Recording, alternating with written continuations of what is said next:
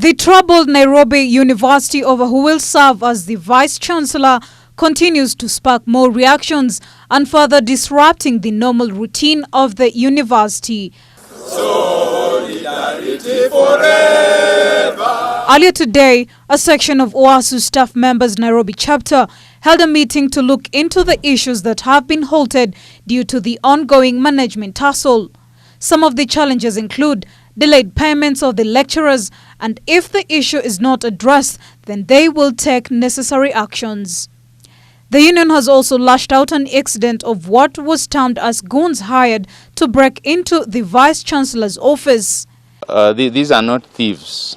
These are hired people who went, broke the doors, the locks, and put in new locks.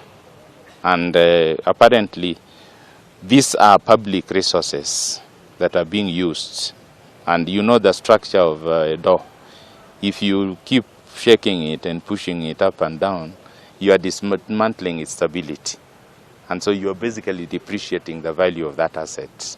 And it's not worth it. Nairobi University students, led by their chairperson, Mvurya, have also called for an immediate action to be taken on the current tussle of the VC's position, as the ongoing situation has seen the university's activities come to a halt. They have threatened to go on strike if the matter is not resolved. So we are calling upon all stakeholders, the government, the Public Service Commission, each and every person who's involved in this thing about the Vice-Chancellor, to think about the students whom are now going through chaos, who are now going through a lot of things, thinking who is going to be who's going to lead us now. We are having registration of first years this week, and the first years are unable to get into their classes because they are unsure about what is happening in the University of Nairobi. University of Nairobi has been a world-class university, a place of scholarly excellence, and we call upon the government to ensure that that remains so. Meanwhile, Professor Stephen Gitahi Kiama, the man who is running the University of Nairobi on orders of the Labour Court, is unable to access his office.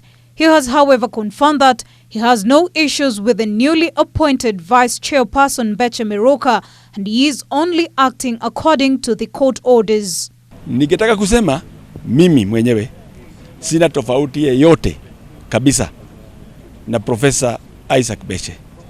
Mimi nimefanya na yeye kazi miaka mingi sana, na hata unakumbuka amekuwa hapa akiact Deputy Vice Chancellor, akiact Vice Chancellor kutoka mwezi wa Julai mpaka mwanzoni wa Januari, na siku zote tumefanya kazi, hujasikia makelele yote hapa.